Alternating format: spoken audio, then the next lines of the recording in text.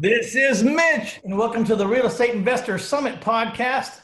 My guest today is Eric Bowlin, and he's over in Puerto Rico, lives half the time in the U.S. and half the time over there. Benefits for those kind of people that are bold enough to do that. So, Eric, let's jump right in, man. We're going to be talking about 2 to 20 unit multifamily and the fact that you don't need to let where you live dictate where you invest. So tell us a little bit about your background. How did you get this far? You look like you're about 12, man. I hope you take that as a compliment. Yeah, no, I'm 34, so I know I got a baby face, so not that's okay. It's always been a thing, so that's good. The older I get, the better it is. Right? Yes, absolutely. It wasn't good when I was 20. I got started in 2009. I bought a triplex, my first home to live in. It's kind of funny how I got into it. I never intended to be in real estate. I wanted to buy a home, but I was a full-time student. I was working on my PhD at the time, and I had part-time jobs. I was in the Army National Guard. I was a teaching assistant, just working part-time on everything. And I couldn't qualify for a home. Anybody who I had a lot of debt and really no stable income. But I had discovered a little trick that you can add the income from the other units in the same building that you live in if it's up to 4 units in order to help you qualify. And that was enough to get me over the edge to have the income that I needed to qualify for the loan. So I bought a 3-family, and then I had plans on holding it for about 3 years. This is 2009. You remember that the recession had kind of just begun. Mm-hmm. And I thought, well, in 3 years, the economy is going to be great. And I'll sell it, and I'll be a teacher somewhere, a professor, and buy a single family house and be a normal person. That was my plan. And a few things threw that off. One, I got into real estate full time. 2, the economy wasn't great in 3 years. is actually worse in 2012 than 2009. But yeah, so it all changed because I got a knock on my door one night, and I was watching TV, and I remember this night changed my life. And I got a knock, and I'm like, all right, who's that knocking on my door? I lived in a pretty rough neighborhood because that's all I could afford. And people don't walk around at night, knock on your door. So I'm like, who is that? And it was one of my tenants who lived in the building there to pay me the rent. And I'm like, okay. So I took the cash. I wrote a receipt. He paid cash because I think he was a drug dealer. And always paid on time and in cash. So it wasn't a big deal. But and I'm like, man, that was the easiest money I had ever earned up till that point. I was 24, working hard for my money. I was working a lot of hours as far as part-time work, and I was in the Army, and I had spent everything I'd earned been really hardly earned with a lot of effort. And I'm like, that was the easiest thing I've ever done. And I realized that night, I'm like, I'm going to do this forever. I'm doing this. I want money to come to me and knock on my door. I don't want to have to a light bulb moment, right? Where you just go, what the hell am I doing? I had the same thing. I sold my place and had more money in the bank than I made working the whole year. I mean, if I put my whole year's salary in the bank, I had more money in the bank, and I thought, what the hell am I doing? Yeah, exactly. I'm like, so I don't have to work for 3 weeks straight to get paid what I just got paid. I don't have to do that. And I'm like, this is what I'm doing forever. And so I planned on getting real estate that night, and I'm like, I'm doing this forever. And, little life took a little detour. I got deployed to Afghanistan 2010 into 2011. But then when I came back, I immediately dropped out of my PhD program and got into real estate full time. So you scuttled the college endeavor altogether? Yep. So I had my undergrad, and I was working on my PhD. I dropped out of that. I did get my MBA later, but that was only because the Army paid for it completely, and I could do it online.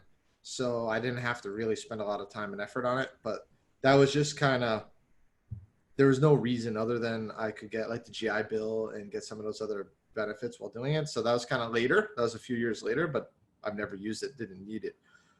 But yeah, so I just dropped out completely to do real estate, and everybody thought I was stupid. My professors were like, you shouldn't do this. You should just get your PhD as a backup in case real estate doesn't work out for you. Yeah, that's funny, huh? They're still going to work every day, and yeah, it's you actually live in funny. 2 places now. You have 2 homes, one in Puerto Rico. Yeah. Well, that was funny. I remember I was traveling in Asia a few years ago, just sitting at a cafe, I wonder what my old professor's doing. and he had a high level job working for the government in economics research. So I'm like, I'm gonna look up his salary because he's a public worker. It's there. I'm like, oh, he's earning really good money. He was, I don't know, like 150,000 or something here. I'm like, that's nice. That's more than what I was earning at the time. But I was on a 2-month vacation in Asia, traveling countries, and I'm like, you know, what would I rather have? Yeah. So you accidentally did your first deal. Yeah. Tell us about the first deal you did on purpose, if you can remember. Oh, I remember it. It was a house flip. So I somehow over those 2 years, I wanted to earn passive income and I wanted money to come knocking on my door. And then somehow over the next year and a half or so, that became, I need to flip houses. And I'm not sure how that kind of concept changed because one is very passive and one's very active, but that's what I thought I needed to do. So I did it and it was terrible. I absolutely hated it. And I made nothing. I made like $1,000 in 6 months. And I had contractors doing most of the work, so I didn't have to do a lot of the work. But I was still there every day, buying materials, looking up on a project, you know, doing all that stuff. It was very stressful. And for my time, I probably made like 10 cents an hour. And I'm like, man, there's got to be a better way. There's got to be a better way to doing this. And then that led into my next multifamily deal. I did a 4-family, and I kind of combined the two strategies where I just buy and hold versus doing a house flip. I bought a really undervalued property, and then I was able to add a lot of value to it. I changed out all the tenants, did a little bit of work on it, and then it appraised out at more than double for what I had bought it for, and I was able to refinance it and keep it. So you refinanced it, took some cash out? Mm-hmm. Yeah, on that particular deal, it was 2012. It was a 4-family. I bought it. They wanted 150,000 for it at the time, and I offered 65 grand, and they countered at 75, and I bought it. And it had really bad tenants in it. It was an okay neighborhood, but the mother who had owned it moved to Florida, left her son in charge. The son was a heroin addict, and Oh my gosh. so you know, and it's really unfortunate. But when you have that kind of an issue, he's renting it out to all the worst people just to get some drug money. And, Well, when we're buying houses, we're usually buying situations, right? That is yet yeah. just another situation that you're able to capitalize on, or to be able to go in and solve a problem for someone, some situation. That's a great saying. I'm going to steal it. Yeah, we buy. Well, I was saying forever, like I buy situational properties. Either the property has a situation or the owner of the property has a situation, but either way, something's going to happen with or without me. So I got to come in here and see if I can make it happen with me, if I can make it easier or better for someone. Well, that's exactly what it was. The house needed really little work, just a little bit of paint and just kind of taking some carpets out. But it was the tenants that were really bad, and that's what really needed to be changed. So I'll give you a little nugget here, just for those of y'all out there, because it happened recently. It's on the top of my mind. A lot of times we find ourselves, well, not a lot of the times, but when we do find ourselves dealing with drug addicts who have inherited their family's houses, we always try to get them to take some amount down and then finance the rest, usually at a 0 interest, because we just divide the balance by the number of months we want to pay. They're not usually the sharpest tools in the box. And then we know, because they're addicts, that they will need their next fix in another week, and they'll need another lump sum of cash. And we can negotiate our notes away over a short period of time for a fraction of the cost. So, and some people look at that and go, you know, you're really taking advantage of these people. Another thing is, well, I could have given that man, you know, 100,000 up front cash. He'd probably be dead right this minute. You know what I mean? Yeah, you know? probably. That's what, you know, they're so really our job is to delve it out as little as possible. But that's just one thing. We just did that recently. The guy had a $80,000 note with us, interest only for 120 months. And we ended up paying him out over the last 4 or 5 months, paid him out $50,000 and there's no more debt. So maybe 40,000. There's 10 of it in limbo right now. But anyways, so let's talk about the idea that you need to invest right where you are, in the limitation that you know, I'm not the kind of person, or I can't go invest across the nation. I don't know how to do that. let's talk about investing out of your location. What's your views on that? I think you should live where you want to live and invest where you want to invest. Absolutely. I've done it. I started in Massachusetts, but I left Massachusetts for better weather. I moved south. Now I'm between Texas and Puerto Rico, and I still not all the time because I try to be in other markets, but I still buy property back in Massachusetts to this day. Well, And you know it, and you know the streets, and you know the culture and everything. So I understand there's places that aren't good for some strategies, or aren't good for, maybe their their foreclosure laws are not good or whatever. But there's still other strategies that work there. And if you're an expert or grew up in that part of town, I get it. You should never cross it off completely unless it's just a really bad situation in that city or something. But so you said Texas. Are you in Texas now? I'm in right this second. I'm in Puerto Rico. Yeah, but you brought up Texas. Do you invest in Texas? I own a house there, and I've partnered on some apartment complexes in Texas as well. But I stopped. My other place is in the Dallas market, and I actively chose not to invest in Dallas market, even though it's a great market for investing, because I didn't want to be too hands-on with what I was doing. Because I'm the kind of person that will show up at the property, look at it, fix things, save money. And I'm like, I'm at a point in my life I don't need to do that, but I will because it's my personality. So I'm like, I am not investing anywhere that I can drive to. you're like policing yourself, right? Like exactly. You're like putting up gates and barriers so that you can't to defend yourself against yourself. That's funny.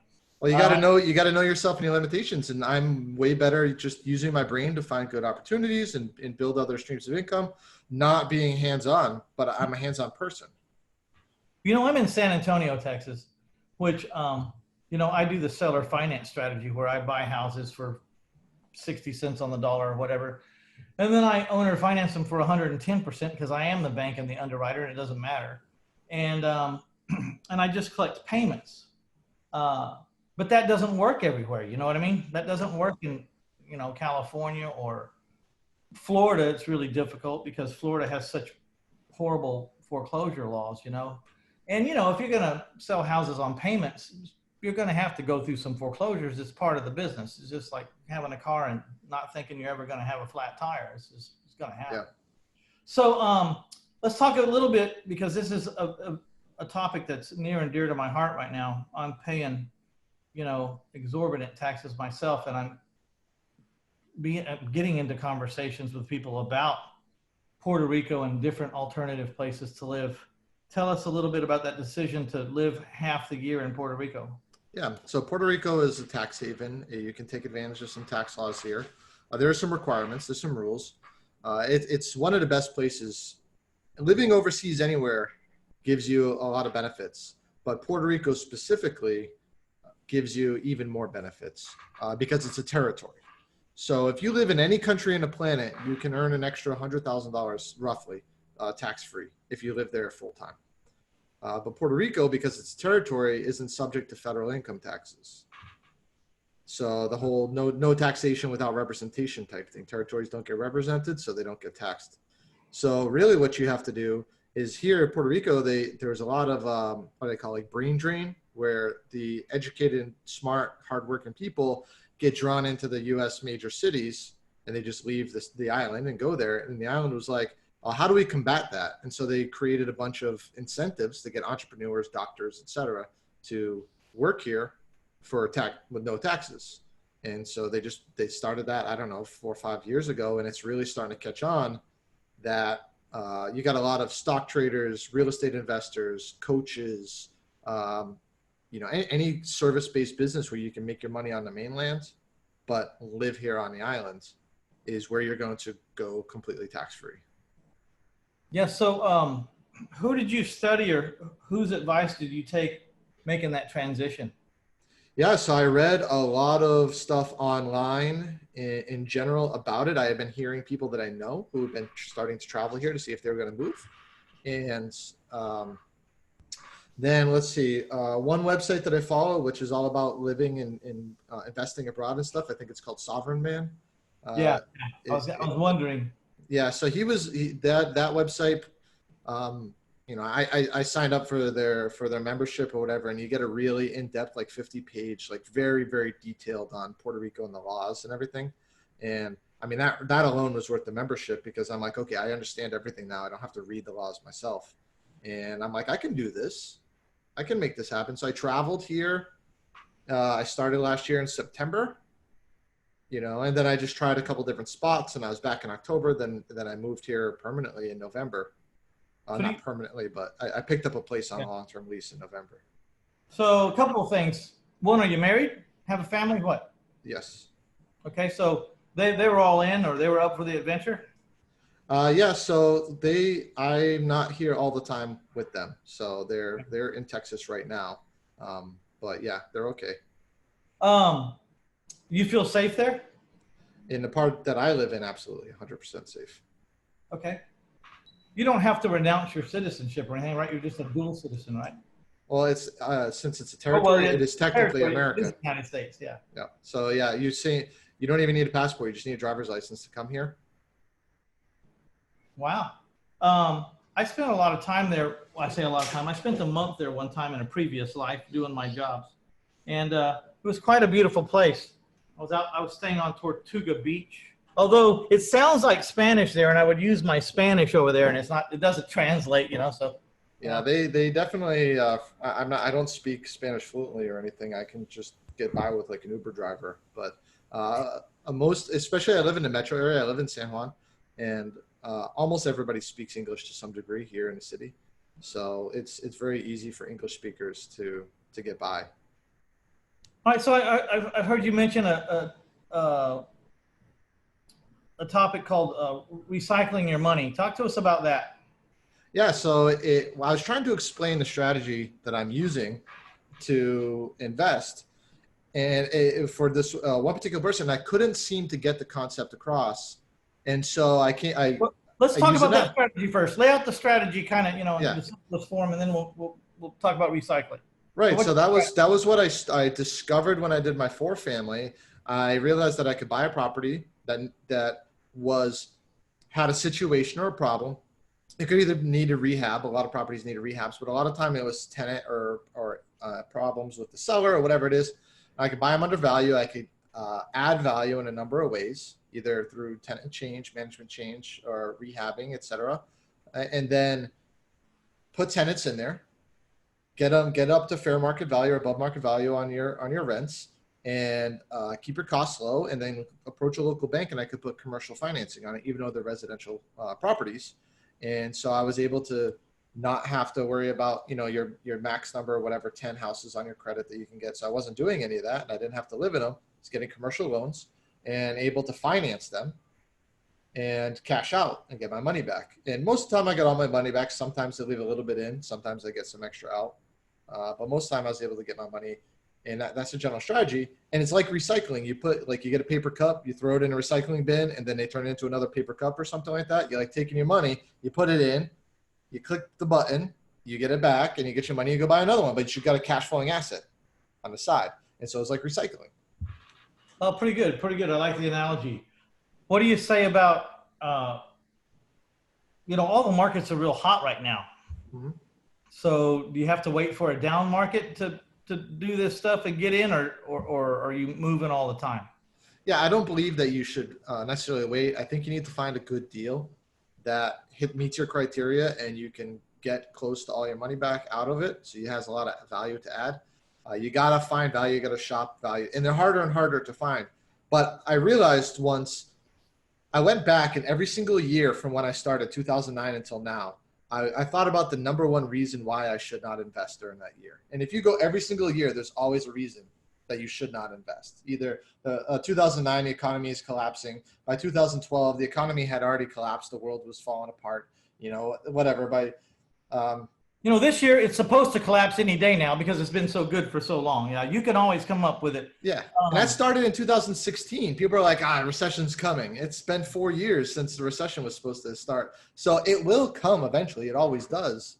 But there's always one coming, right? From the day one ends, there's another one coming. It's the nature of business cycles. But so I don't believe that you should wait for the recession. I think you got to buy good cash flowing assets that will sustain yourself and sustain themselves through any recession. So let's talk about that. People go, well, if it's a hot market, there's no deals out there, which is completely wrong. That's mindset bullshit. You're screwed up because I don't have to tell you, you can tell me. We live where there's chaos. No matter how good the economy is, someone's dying, someone's getting sick, someone just had a car accident and got paralyzed. All this stuff is happening out there.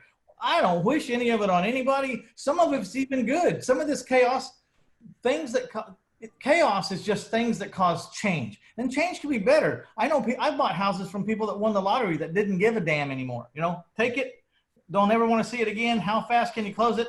Just name a number, son. Just name a number. I said, okay, how about this much? Okay, let's go to closing. A divorce, just all kinds of reasons, from fire to tornado to whatever.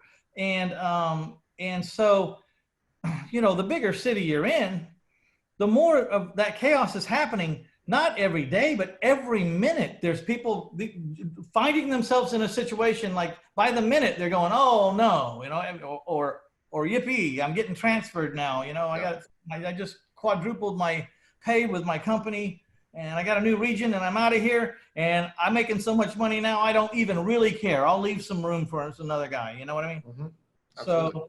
So wealth comes from chaos. I didn't invent that, but I like to use it a lot because that's where we live. So if you're out there thinking, right, that now's a bad time to get in, it's never a bad time to get in if you can get the right price, and you're going to have to go look for where people are willing to sell things for that price. It is true right now. There are a lot more people looking, and so there's more competition. So you have to, what I usually tell people is you gotta get down into a niche that other people aren't looking. It's like the supply and demand thing. There's a lot of demand. Niche it down. Exactly. And also the mortgage, I just bought I've bought 4 to 5 houses. I've bought a house every 4 to 5 days in my hometown, in or about my hometown, for 22 years. It averages about 100 houses a year, plus or minus, for 22 years straight. Good times, bad times. Now in the bad times, or in the tougher times, I was able to buy 150, which skewed the years that I only bought 60 or 70 because things were so hot. But the point is, it has everything to do with your ability to find these things. And in my niche, I try to go with marketing strategies that they're harder to get to the people that I'm trying to get to. Like, you have to go further up the mountain to fish in this pond with the bigger or the better fish. Yeah. And the further I go up the mountain, the less people that are at the pond, till I get up towards the top where the air's thin and it's cold and the wind is brutal. And, there's no one there but me, and I write my ticket. I have no competition, but I picked things that had more obstacles in the way to get to this target-rich little market. How do you go about finding these apartment complexes? And do you have it narrowed down to a region or certain cities, or are you just casting a net all over and seeing what shows up? Yeah. So what I like to do, especially on a smaller 2 to 20 type stuff, is I really go after properties that need, my niche is structural issues. And so that was just something that I picked up over time that I got really good at. And I'm able to get structural problems fixed for very cheap because they're high markup items.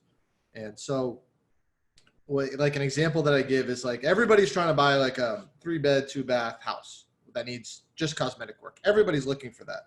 But so let's just say you see that property, there's 30 people bidding on it. But if you find a property that needs some foundation work, out of those 30 people who were originally interested in it, maybe 5 of them are interested in doing foundation work. So you just eliminated most of your competition. What happens when there's fewer bids on a property? Lower prices. And if you can get that work done inexpensively, you can arbitrage, kind of take that profit. So that's what I do in the small stuff generally. That's one of my big niches. And the other one, especially in Massachusetts, is tenant problems. So a lot of landlords don't, like, the laws in Massachusetts are very strict on dealing with tenants, and it's very tenant friendly. A lot of people don't have good process or system, good attorneys and everything to, like, make sure everything's like by the book. If you go in and bring everything by the book, it's actually very easy to evict. What happens is they mess up and they use the wrong font type, which is actually in the law. You got to use a certain type of font and size, like in certain documents. And you're just like, so if it says 12 point and you're at 11 point, that's it. Your case gets tossed. Yeah, and Like, those tenants sometimes know, we call them sidewalk lawyers. They know, they're experts in tenant law because they know every time they catch the landlord, they get free months, or years yeah. uh, in the thing. Yeah. So So you can niche for a lot of people that are like in Californias and New Yorks and anywhere on the West Coast or East Coast, basically that's tenant friendly. It's very, if you become an expert at the tenant laws, you put the documents and systems in place, that's a great way to get in, because anybody's got problem tenants. Like I've had it before. I'm like, man, I just want to sell this property because I hate this person so much. And if somebody had marketed to me at that moment in time, I probably wouldn't have sold. But if I was a regular person with one property, I would have been like, get this thing out of my hands. Like, and then that's the person that you go after. So that's another great niche that I like to go after as well. let's go back to that refinancing, the recycling your money. You put your money up and you got it, and you buy it when it's all falling down and leaning to the left, and then you take your money and you got the white picket fence around it and it's all straightened out, and when the sun hits it just right, it has that sparkle on the corner. Then you go borrow. Let's talk about over leveraging or not. How much will you borrow on a house? Yeah, so that depends. I don't always max out my leverage. It really depends on how comfortable I am for its cash flow. And so I just did a property. I bought it for 100 grand, a 5-family. It was vacant for 7 years. I put about 100 grand worth of rehab and carrying costs, and it appraised out at 400. But I only got a loan on it for about 225. So even though I could have probably got like a $300,000 loan, give or take 75%, I didn't fully leverage it because I wasn't comfortable with its cash flow after the max leverage. Well, So I think you're smart, but there's two ways to look at it, okay?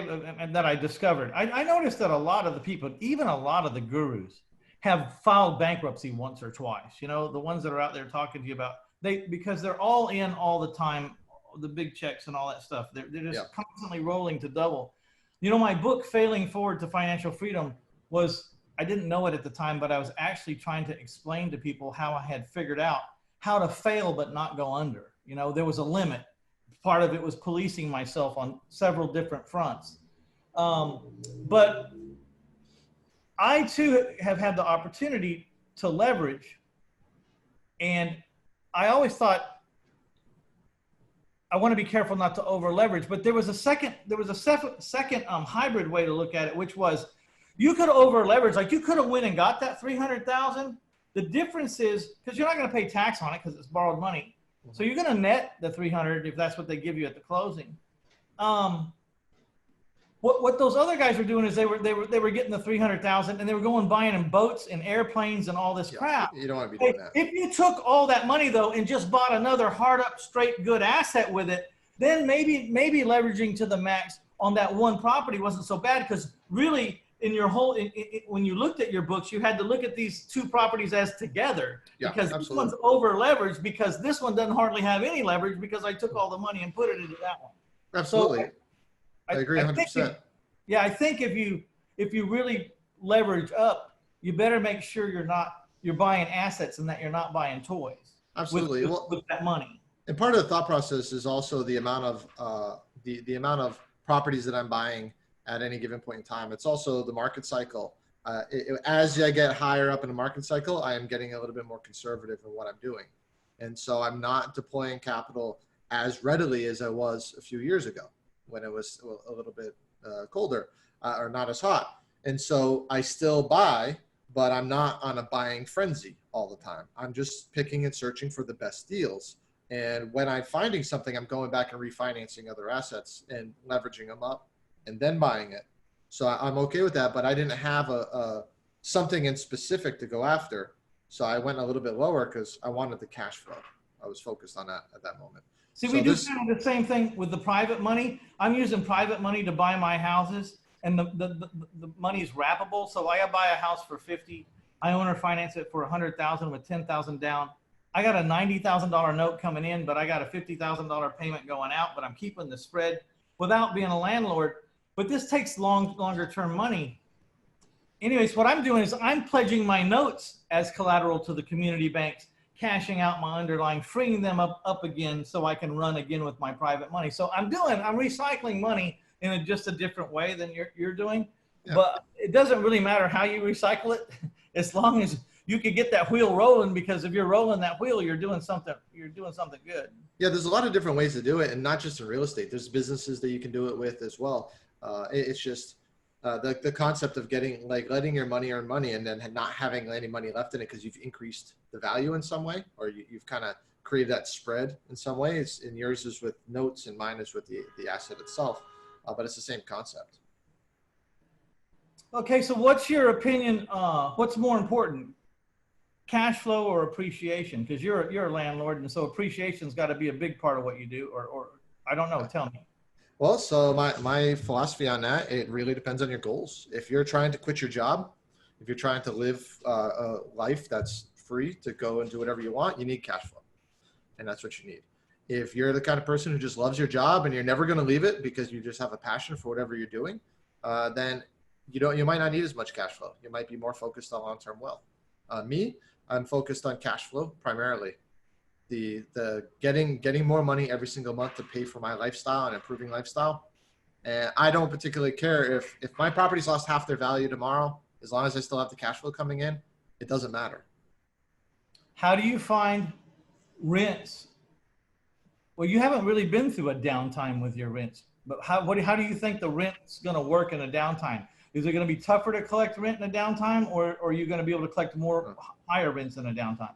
Well, I was investing down at the deepest part of the recession, and being a landlord was really hard back then. That finding qualified tenants was nearly impossible, and getting those tenants to actually pay you was nearly impossible because everybody's losing their jobs or were out of work on unemployment, and unemployment stopped. So it was really challenging. But interesting thing is that rents kept going up during that time because there was more and more demand for rentals because people were losing their houses. And the banks, even though they were kicking people out, they weren't putting those properties on the market because they didn't want to flood the market. And so there was actually less inventory. Nobody was building, and there was fewer houses available for rent. Even if they were, the banks weren't loaning any money. So if most people can't borrow money to buy a house, right, then they got to rent a house. So in the recession, and I found this to be true, my owner finance houses are based on the rents. I back into the rents to find my owner finance sales price so that I can offer a PITI payment equal to the rent. So it makes no sense to rent if you have a down payment, which is the separator, because most of my people don't have good credit and can't go to the bank. So I found that it was a lot easier to sell my houses because I was offering financing, because there was so many more renters out there. Everybody was a renter for a little while because they didn't have a choice, you know? Exactly. And so I'm kind of backing into your situation trying to think, well, as a landlord, that would be good for the landlord too, because no one can really buy a home. The banks have tightened up. They're not giving out any money. So there's a lot of pressure put on rent. A lot of people looking to rent. Exactly. When that happens, the rents go up. So that's actually exactly what happened during the recession. Rents went up. It was harder to collect your rents, but the actual rental rates were going up the entire time during the recession. Let's talk about that then. I mean, so in the lean times, there's a lot more people out there, like you said, in dire straits. You have to kind of up your game. And who am I letting in? It's better to have a unit, or in my case, it's better to leave that front door locked than to give the key to the wrong person, because you're going to pay. You might think, I just need to get someone in there because I'm not getting any money. No. You need to get the right person in there or stand down, in my opinion. How do you feel about that? I say the exact same thing. I would rather leave it vacant for a month and lose whatever, $1,000 in rent, then get a bad tenant, spend 2-3 months in eviction. You're going to lose that $3,000 on rent. Then you're going to have to repair all their damages and lose another $3,000, $4,000, $5,000 and all that. So by the time you're done dealing with a bad tenant, you're out $6,000, $7,000, which is part of the game. It happens. But if I can stop that up front by waiting another 30 days to fill it with a good person, that's what I'm doing. Yeah. So there's lots of good people, even in bad parts of town. You can find the better person to go into the unit if you wait. So how do you, part of getting off on the right foot from the very beginning is A, you got to buy it right, but B, you got to pick the right person to make the transaction with. How are you vetting these people, and to what level, and how stringent are you, and what are you doing? We're very strict. I have a 2 or 3 page application that they have to fill out. And that I start looking immediately just on any discrepancies on that. If they can't fill out references, even though I'm not going to call their personal references, but like if they can't fill them out, or it's their mom or their dad, it's like, okay, it's just little signs and signals saying that like there's nobody who can vouch for them.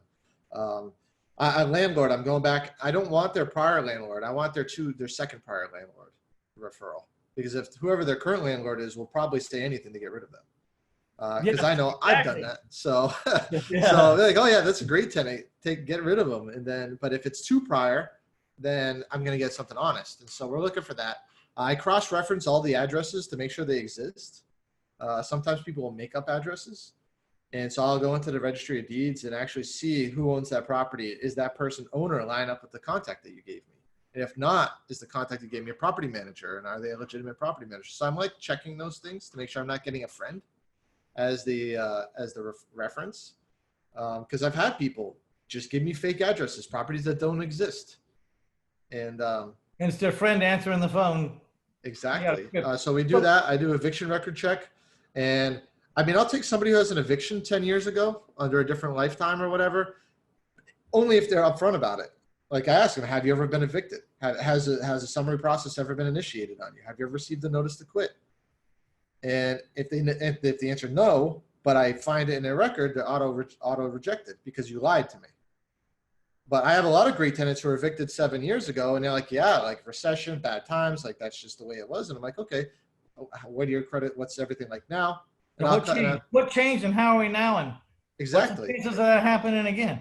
And so if it's 2 years ago, no. If it's 10 years ago, I'll look at it if you're honest. And so I call their employer, but we don't call the number they give me. I find the company online, find their HR department or their manager or whatever, depending on the size of the company. I call them through the number I found online. And then if I can stalk them on social media, I will, if they have public accounts. And I'm looking to see, like, if they have pictures in their apartment, what condition do they keep their property? Things like that. So have you tried, this is really important, people out there. Like, you can take all the application you want. Your application can be as in-depth as you want. If you don't follow up on this stuff, it's a waste of time. Because just because there's something in the blank doesn't mean it's right. And you can eliminate more people by just verifying that these blanks are jicked up. They're not, we call it jicked up. They're jicking up this application, trying to see if I miss anything. Don't follow up. So most people are really bad liars, actually. They're not really good at it. And so there's always a discrepancy to find. Have you ever taken a body language class, or you just learned it on the street? Well, I have not taken any classes on it, but you can usually tell. I mean, I don't show the properties myself anymore because I live across the country. But I remember, like, you can tell based on how they're looking at the windows. What are they like? You always know someone's shady when the first thing they do is go to the street side and look out the blinds. They want to know if they can see who's coming. So they're either like a cop or military person, and which I'll know based on any application, or they're into some sort of crime, because that's not normal behavior. Most people, oh, interesting, nice kitchen. But a person's like, yeah, nice kitchen. Then they go like this and they're looking out the blinds. You know that they're exactly. And so you're like, huh, okay. What's this guy? What's his past? Yeah. Why does he have to be so concerned about what's out there? That's funny. I never thought about that. So you have a free ebook out. Tell us about what the ebook is about. Yeah. So the ebook that you can download, it talks about the 5-step strategy that I briefly mentioned here. And it also talks about 5 major roadblocks that people, mental mindset stuff. We talked about that as well. Like, is the market too hot, or are there no good deals? And I talk about those as well and how to overcome those. Okay. So I want you guys to go to REInvestorSummit.com/small multifamily ! Just because I'm not sure, I haven't used small multifamily before. So put the exclamation point at the bottom back and you'll have this. Small multifamily, all just one word, no hyphen, no anything, and an exclamation point at the end. And you have a boot camp coming up in March. This is 2020. So March 2020, I think it was the 14th and the 15th. Tell us about that boot camp, and we'll also put all the information about that over there as well. but tell us what you're going to be teaching there. Yeah, so that is a hands-on, down in the weeds, getting into information on basically three main topics: finding deals, and we talk about 3 unique strategies to find these small multifamily deals in a hot market. We talk about what I like to call capital attraction, which is how you get the money in order to close on these deals. So you don't need a ton of your own money to be buying these, both through debt and through equity. And we're talking about management systems so that you're not getting sucked into, you buy a couple properties and now you spend all your time managing them rather than finding more properties to buy. And those are the big 3 that we talk about, but we also run through the numbers and operating costs, and we get down into the weeds on the numbers as well. Okay. About what's the boot camp going to run? Well, the pricing right now, as of the day that we're recording this, is $200 for early bird pricing. But as we get closer, that'll go up to about $400 as we get. Middle 400, early bird 2, later maybe around 4. We'll have all the information for that. Where's it going to be held? That's just outside of Boston, Massachusetts. Okay. So do you speak regularly, or are you out and about, or is this just something you do now and then? Yeah, no, I do speak. I speak at events, not a ton. I don't have like a crazy busy speaking schedule, but I also run a meetup in the Boston area that I probably speak at about once a year. And that's the biggest meetup in New England for real estate investing. And I do speak at other people's events and meetups that I know, relationships that I have around the country. Okay, make sure we get that meetup information too over there. Again, reinvestorsummit.com/small multifamily ! That'll get you over there. Get your free ebook. And what's the name of the ebook? It's just the I call it the 5 secrets to 5 secrets. Yeah. All right. It's just like anything else, though, isn't it, Eric? You got to figure out what your niche is, and then you got to drill real deep and get down to the most minute details, right? Absolutely. In real estate, there are people successful in hundreds of different niches in real estate, and you can be successful in any of them, but I would say you can't be successful in all of them. You got to pick the one. I have a saying: the hardest thing an entrepreneur will do is have one great idea and finish strong. Yeah. You know, because we have our chinks in our armor, and one of them is we see the value of a lot of ideas. We can see the big potential of them all. But I said it the other day, but almost every endeavor takes everything you have to make it really run the way it's supposed to and generate the money that you dream of. You really have to get down to it. So stay focused, my friends. I had another question that I almost forgot to ask you. About how many units does it take to start to where you can back off and let it run? Is it from day one, or do you have to get it? Did you find a magic number that once I crossed this amount of doors, I was able to really let go? Yeah. So the number for me with the properties I was buying in the area that I was buying, once I started to hit around the 20 unit mark, which is in the small multifamily, it's only 4 or 5 properties, really.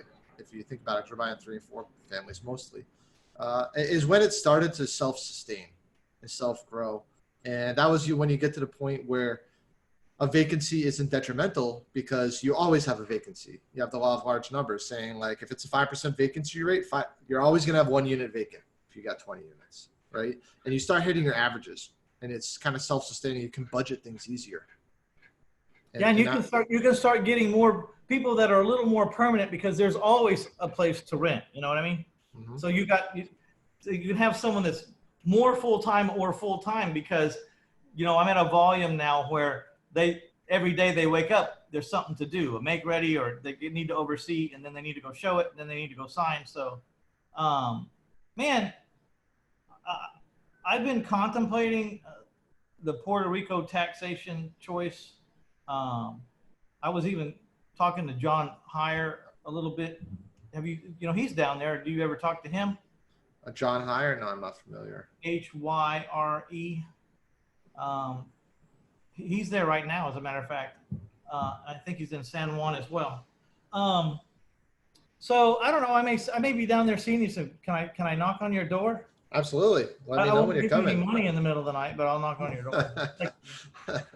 Well, that's fine. If money optional. Money optional. Tell us how you're finding these properties. So I basically I kind of when I want a deal, I start on the MLS and I look at every deal that's available. And if there's nothing available, then I kind of stack on more complicated methods. So the next thing I do is I do direct mail marketing to the types of properties. An important thing with direct mail is knowing exactly what you're looking for, so you're not wasting money mailing to places that aren't what you want. And so the right number of units, the right mix of the units, the right zip codes and neighborhoods and streets. And that's really what it is. And I also do have a lead gen website, like lead generating website that I do get, I get a couple deals a month through that, nothing crazy, but I also have that just runs all the time. How many doors are you up to? So I got 480 units total between Texas and Massachusetts, apartment complexes in Texas, and then a small multifamily in Massachusetts. You own these on your own, or do you have partners on some of them? So my multifamily in Massachusetts, it's my own. And the apartment complexes do have partners because they are too big for me to take down on my own. Okay, makes sense. I was just curious. Hope you don't mind me asking. No, I'm pretty open about all of it. There's a lot of different ways to invest, and it's important to be open about those. The reason why I was asking is, I think the audience just learned that, it's not like you're on, fourplex number 2. You've been doing this for a little bit. You've been having success. You've done it enough to know that there are issues out there, and then you start to figure out how to deal with the issues. So I just wanted the audience to know that who we were dealing with. Yeah, no, I've run into just about everything. I've lost a lot of money in mistakes over the years. Which is why you need a mentor or a boot camp or something, because if you think you're just going to go out there and save the money from a mentor, you're sadly mistaken, because you're going to pay the street or you're going to pay the mentor, and the street's ruthless, man. The street will just rip your head off. I've hired a lot of coaches over the years in real estate and in other businesses. It's something I believe in a lot, and I go to a lot of conferences and seminars because if I spend $500 and I go learn honestly one thing that I will take with me, and I'm going to keep it as part of what I do. I mean, that is worth every penny, right? Oh yeah. Because you'll turn $500 into thousands, tens of thousands. Just one nugget is worth I've walked out of seminars on the first half a day because I heard such a great idea that I don't want to be messed up with anything else. Like, I got this idea. It's clear in my head right now. I know exactly what I'm going to do. I don't want to get it confused with anything else. I've walked right out. Got in, got my nugget left. Yeah, I call that bonus time. Yeah. The other thing you find is it's harder to find a nugget the better you get at your niche, right? Especially within your niche.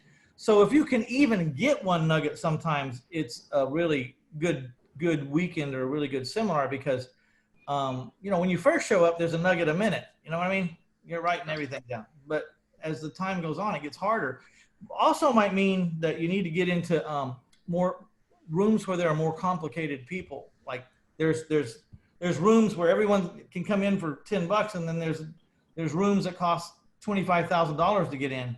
You don't start off in the $25,000 room because you probably couldn't use a lot of what they're telling you because you're not to the level yet, don't have the budget yet, don't have the mentality or the sheer nerve to do what they do now. But they've proven themselves for so long that they're not opposed. A, they have the $50,000 for the budget. B, if they lose it, it's not going to kill them. And C, they already tried it on the 10,000 and the 30,000 and the 20,000. They already know that the results are going to be. They're just trying to ramp up the results at this point, and they have their confidence that that's how it's going to work. So, try to get in a room that pushes you a little bit. It's not too comfortable, but it's one that you're ready for. Absolutely. And I think that's one of the things about paying for anything is that when you have a free meetup, for example, you do get some good quality people there, but you get a lot of people who are just like kicking the tires, just trying to learn a little bit about it. You put a little bit of money into it and you weed out a lot of the less serious people, and you're surrounded by serious people. And the more money you pay to go to whatever event it is, the more serious that group of people becomes, and you get more value out of it. Natural law, right? Yeah. The rooms that cost $30,000, $50,000 to get into, there's a different person in that room. They're really damn serious about what they're doing if they're paying that kind of money. And if you're at a point in your business that you can afford that and you want to be around those people, it's worth paying for. Yeah, well, we're always trying to get to another level. Are you with a mentor or a mastermind group right now?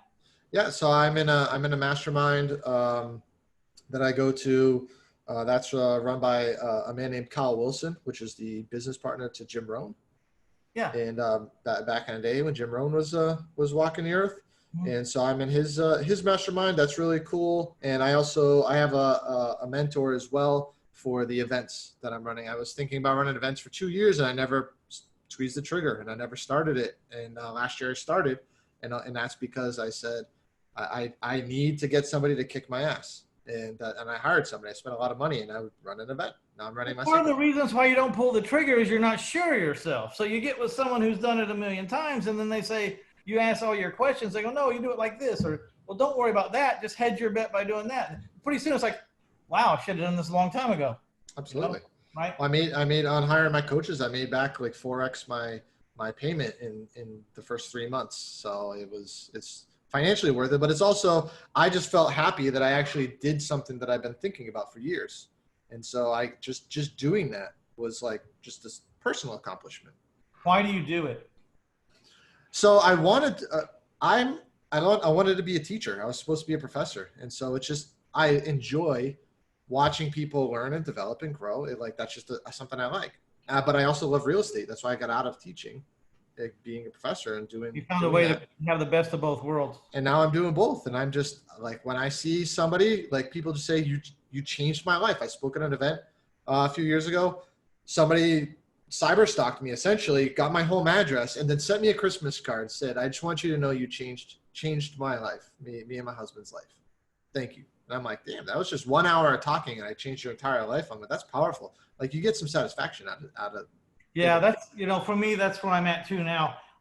The money's fine, and actually you have to charge some money or a decent amount of money to get the kind of student that's actually gonna get Absolutely. you the emotional reward that you're looking for, which is they're gonna apply themselves 100%, and you're gonna get to watch them employ your theories and change their landscape of their whole life. I had a person drive 5 hours one way to knock on my door, not even know if I was there, and shake my hand, and we had us a good emotional talk, and then he got in his car and drove off. And wow, that's powerful. Yeah, it was very powerful. He said, I quit my job yesterday, and my wife said, okay, well, what are you going to do on your first day off? He says, I got one thing I got to do right now. I'll see you in 10 hours. He drove to my house to say, I fired my boss yesterday. And of course he gave me all the credit, which is not the case. It takes a really good coach and takes a really good player. So right. It takes the right person to take action on. You can give them all the information in the world. If they don't take action on it, then it's never going to happen. So that comes from within. Yeah. Do you do one-on-ones? I do. That is something I do, but I'm very selective with the people I take on, because I don't need the money, and I charge money because I want the right people, and plus I should be paid for my time as well. But I'm not working with anybody who's going to be a headache. Like I say no. I say no to a lot of people. Yeah, you're looking for the same thing as me. You're trying to find the right fit. Like this guy's right there with a little tweaking, with the little things that I know that he doesn't know. He's going to get past this where he's at, and he's going to go on to do whatever. It could be bigger than me by 100 times, but right now I can get him over this one pass, and that's what I look for too. Is we have like a pretty long, intensive consult before. And I don't push myself. I don't push anyone to make a decision on that consult. I say, now you go home and pray about it, think about it, talk to your wife, whatever. And if you think I'm the right guy, you can call me here in the next day or so. I'll tell them whether I think they're the right guy or not, or if they need to move down to like a weekly call instead and prove the business out a little bit more before they spend that kind of money. You got to have the right niche that they're in. They got to be in the right personal circumstances, and you got to get along. You got to want to be on a phone call with either the student, or the student wants to be on a phone call with the mentor. If you don't get along, you're going to be like, oh, I got to talk to this person again. And it's not fun for anybody. No. And people who are financially independent, i.e. you and I, we don't want to do things we don't want to do for very long. So, you don't have to. So why? So let's talk what do you got to say? We're going to wrap it up. And again, to get the free ebook or to learn more about Eric Bowling and I said it wrong, Bowlin, Eric Bowlin, go to reinvestorsummit.com/small multifamily ! And get the free ebook and learn about his boot camp and all the different things he offers. We'll have all the contact information there. So before we wrap it up, what do you have to say to a person who's contemplating investing someplace where they do not live? The first thing is to make sure that you really understand the market. That's the most important thing. It really doesn't matter what market it is that much, as long as it's a growing market, but that you understand it and that you build a team there specifically. And whatever you got to do to build that team, because you're going to be relying on other people if you're not local. And even if you are local, you're relying on other people. So it's really important to really understand the ins and outs of your market and have a really solid team on the ground there who are supporting you. Okay. Have you traveled to all the markets temporarily to see the lay of the land and to help build your team kind of hands-on at first? Or have you been able to build markets and invest and never step foot in the city? Me personally, I like to travel to where I'm going to be investing. I might not travel up front, but when I get real serious about a property and I actually pull the trigger, I'm about to actually invest, I'm going to travel there. And I've traveled to a lot of cities and a lot of cities that I never bought anything in, but you really get in there and learn. I think you don't have to. I know people who aren't doing it, but I believe that if you're going to spend hundreds of thousands of dollars, I'm not so wealthy that I'm willing to spend that money without looking at the asset and looking. Yeah, because sometimes, things can look great on paper and the picture can look wonderful. And then you get out there and you're walking around and you go, this ain't, I don't want anything to do with this. This is bullshit. There's something they're not telling you, How come it's you not didn't just the asset, picture the 5 crack houses across the street? How come you didn't send that picture, Exactly. And that's what I was going to say. It's not just about the asset itself. It's about the area, the neighborhood, the market overall, access to highways. Was it convenient? Like you don't really feel that until you're on the ground looking at the different neighborhoods. And so I think it's really important. And it's face to face with your property management and real estate agents and brokers. So you're like, I'm a real human being here. I'm not somebody that's just on the phone across the planet. I'm a human here. Treat me like a person. I feel like that has a big impact on relationship. All right, my friend, we're going to call it a day. I want to thank the listeners out there for stopping by to get you some Eric Bowlin. If you're interested in multifamily, creating cash flow this way, please go to reinvestorsummit.com/small multifamily, no hyphens, no spaces, with an exclamation point at the end. And that'll get you there. Thank you so much, Eric, for taking the time. If I come to Puerto Rico, I'm going to look you up. Absolutely. I look forward to it. Don't be surprised. I won't be. I'll show you all the good spots. I've been known to just pop up. Remember I talked to you last week? How you doing? Yeah. All right, man. Thank you so much. This is Mitch Stephen with the Real Estate Investor Summit podcast. We are out of here.